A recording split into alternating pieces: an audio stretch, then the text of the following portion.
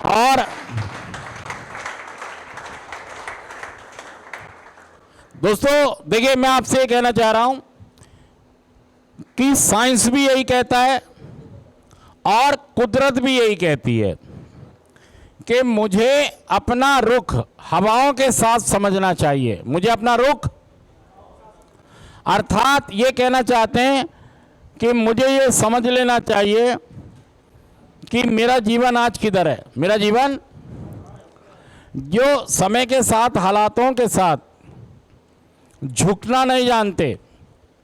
असल में मैंने नशा तो कई बार छोड़ा है, नशा तो मैंने, आप यकीन करें दोस्तों कि नशा तो कई बार छोड़ते हैं हम, लेकिन बार बार कर भी लेते हैं।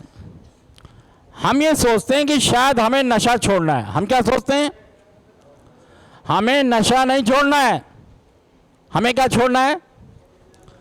हमें अपनी अकड़ छोड़नी है, हमें अपना एटीट्यूड बदलना है, हमें अपने नज़रिए में परिवर्तन लाना है, हमें अपनी सोच में परिवर्तन, हमारे हालात, हमारी परिस्थितियाँ जहाँ आज पहुँची हैं, इसको अंडरस्टैंड करते हुए अपने को इसमें ढालना है, अपने में चेंजेस लाने हैं। आप क्या सोच रहे हो? मुझे नशा छोड़ना है। नशा नहीं छोड़ना है। नशा तो कई बार छोड़ा हमने और दोबारा से किया भी है।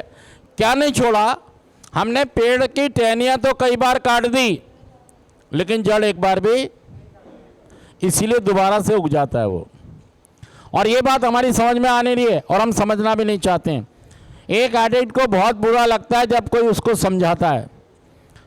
मैं भी जब कारपेट के ऊपर था, जब मुझे भी कोई ऐसे लेक्चर देता था, मुझे लगता था इसको छांटे ही छांटे मारूं मैं।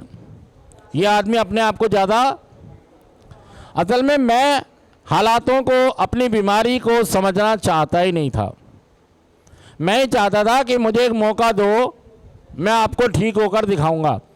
और भाई साहब, मेरे साथ ऐसा बहुत बार हुआ कि मैंने नशा छोड़ा और दोबारा, मैं जब पहली बार रिहैबिलिटेशन में गया और मेरे पास ऐसे क्लासें हुई, जब इस तरह की क्लासें हुई, तब मुझे यकीन हुआ कि मैं नशा अपने आप नहीं छोड़ पाऊंगा। कब मुझे पता लगा? जब मेरे जीवन में, जब तक मैं लड़ता रहा, मेरा परिवार लड़ता रहा, तो मुझे ऐसा लगा कि यार मैं नशा अपने आप छोड़ दूंगा। लेकिन जब मैं पहली बार रिहैबिलिटेशन में गया और मैं सेशन में बैठा, मुझे लगा यार ये मेरे बस की बात। एक हल्का सा थॉट आया, फिर भी मतलब पूरा मोटिवेशन नहीं था कि मुझे यहाँ रुकना।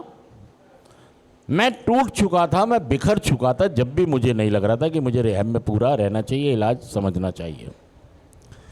ये जो अकड़ है कि मैं अपने आप, ये नहीं जा रही थी कि मैं जब तक नहीं चाहूँगा मेरा नशा नहीं छूटेगा। तो ये कार्यक्रम भी तो यही कहता है, ये कहता है कि आप इच्छा शक्ति रखो। इच्छा तो रखो यार, डिज़ायर तो हो आपकी कि मैं नशा छोड़ना।